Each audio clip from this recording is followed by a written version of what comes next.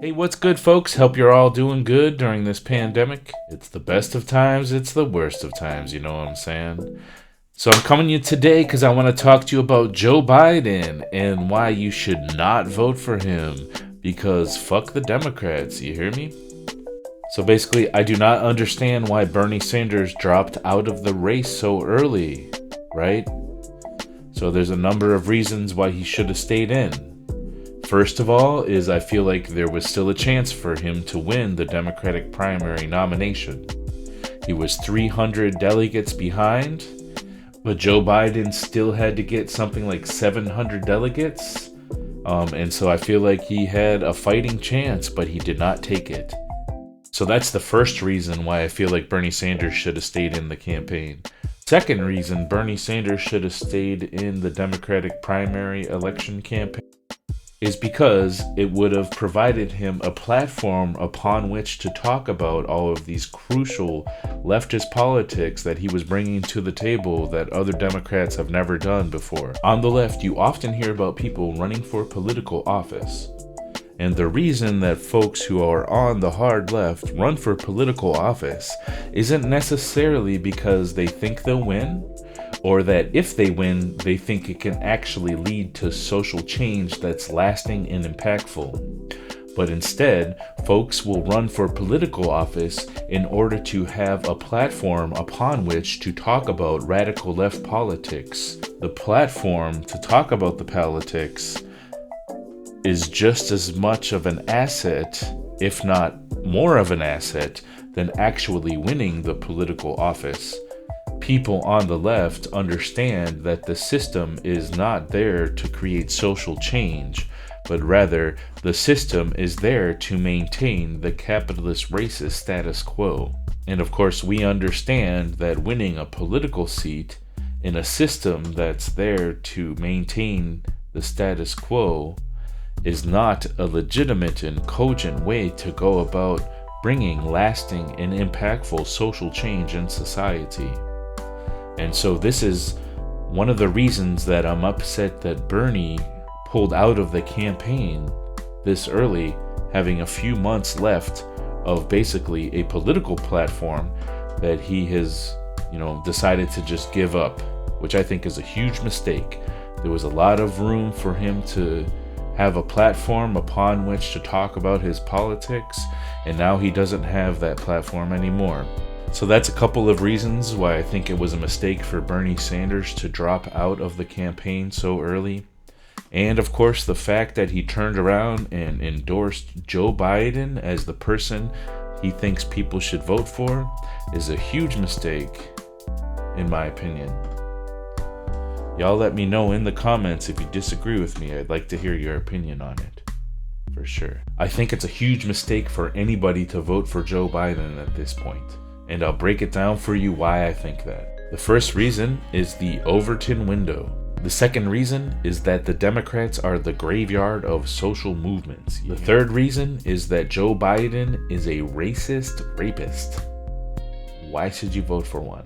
The fourth reason is that damage control is a myth. And the fifth reason is that duopolistic logic is a fallacy in this society. Although many people in the society adhere to it, it's a huge mistake. Okay, so to break those points down a little bit, let's talk a little bit about the Overton Window.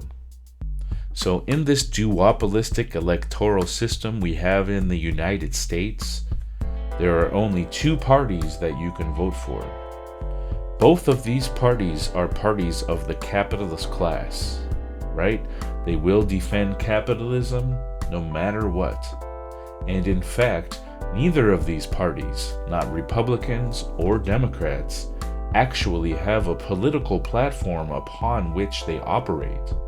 And instead, their political platform will change from year to year, from month to month, from week to week, from day to day, from minute to minute, or second to second, depending on what they need their political platform to be in order to maintain the status quo hegemonic system that is capitalism. So you have the Republicans and you have the Democrats. The Republicans' politics have continuously shifted to the right wing over the years. And the Democrats, in order to be elected, using the kick the bum out analysis that so many adhere to, all they have to do is posit their political platform of the day, minute, or second just to the left of the Republicans' political platform. And so you see, because of the fact that the Republicans' political platform continuously shifts to the right, and the Democrats only need to posit themselves slightly to the left of the Republicans' political platform, what happens when people continuously vote for the Democrats as an alternative to the allegedly right-wing Republicans is that the entire window of political discourse gets shifted to the right over the years more and more and more. Because the logic in a duopolistic system is that all we need to do is kick the bum out, the overall result is the political discourse of the entire nation continue to shift rightward and rightward and rightward.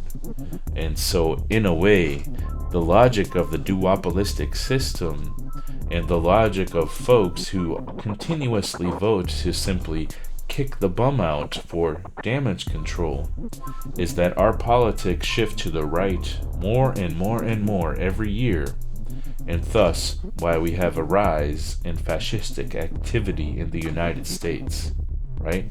Let's talk about why the Democrats are the graveyard of social movements. Well, first of all, this is due to the fact that the Democrats continuously try to recruit people from social movements into their party to engage in electoral politics instead of engaging in militant, grassroots, bottom-up organizing that these people the Democrats recruit were doing in the first place. A good example is the Occupy Wall Street movement. And so you will see a continuous pattern in the history of the United States where the Democratic Party will pull people out of social movements into the electoral campaigns of the Democratic Party, leaving vacant those positions of leadership in grassroots movements, positions and movements that history shows actually result in social change, not the Democratic Party.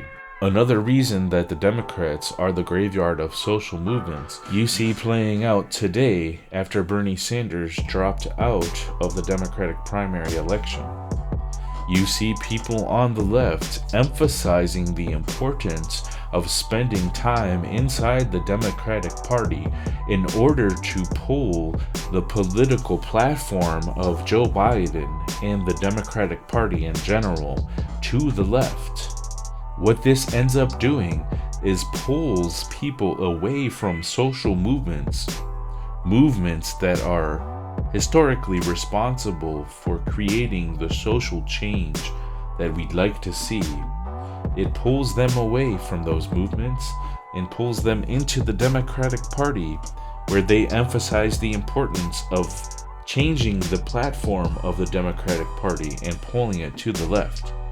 This is a mistake for creating social change in society, and all it does is kill social movements. And this is the reason why we call the Democrats the graveyard of social movements. The third reason why you should not vote for Joe Biden is that he is a racist rapist. Why would you vote for a racist rapist? The duopolistic capitalist system has given us the choice between two racist rapists. You should vote for Trump or you should vote for Joe Biden, both of which have a track record of being racist rapists. If that is the only two choices that we're given, then how can you call that democracy?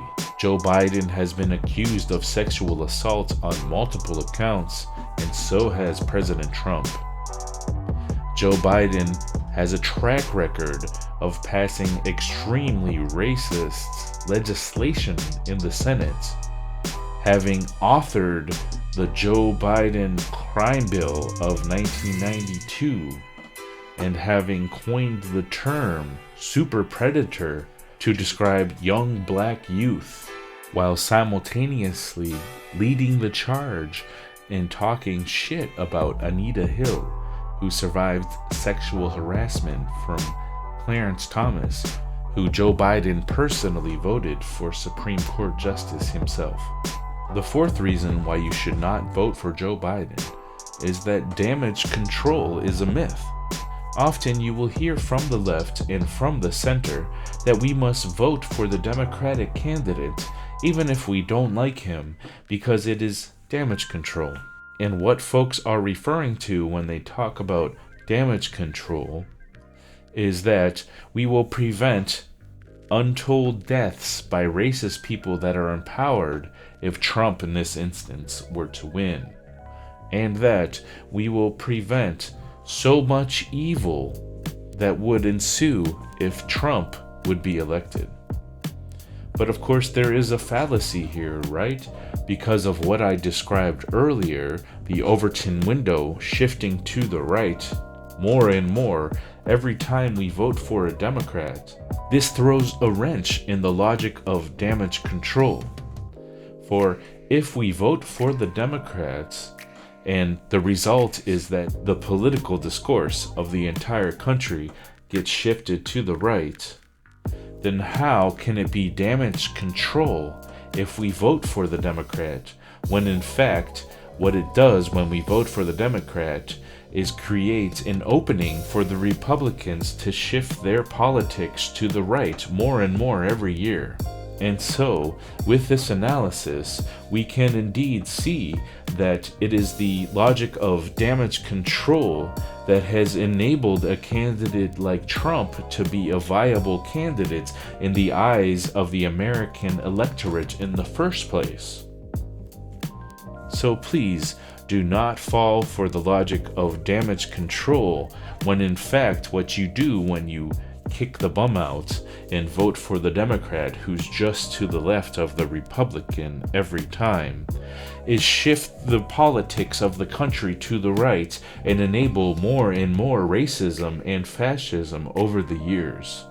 And that's not to mention the fifth reason why you should not vote for Joe Biden. That is, of course, because the duopolistic logic of a two-party system is indeed a fallacy, right? There are more than two parties in this country. And so a common current that you'll hear from the left and from the center is that there's only two parties that you can vote for, otherwise you're throwing your vote away. When in fact there are other parties that we could vote for if only folks would separate themselves from this fallacy that there are only two parties. One of these other parties would indeed be a valid party that could actually take power from the Democrats and the Republicans alike. Of course, both those parties are parties of the capitalist class, and they always will be. So let's vote for a party of the people. There are many alternatives. Leonard Peltier is running under the Party for Socialism and Liberation. Workers' World Party continuously runs candidates. The Green Party has legitimate candidates that you can vote for. Let's not fall for the fallacy that we must vote for Joe Biden this time. And let's elect or start a party of the people and put them in power. Let's stop these parties of the capitalist class. Thanks for listening today. I'm Lil Guillotine. I'm interested to know if you agree with me or not. If you disagree, please put a comment in the comment section. If you agree, please comment in the comment section. Heck yep.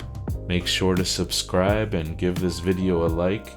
And check out my song with MC Soul exactly about this topic. It's called No Thanks, and we rap about the Democratic Party versus grassroots organizing. Go grassroots organizing. Peace out, y'all. Stay safe, stay healthy.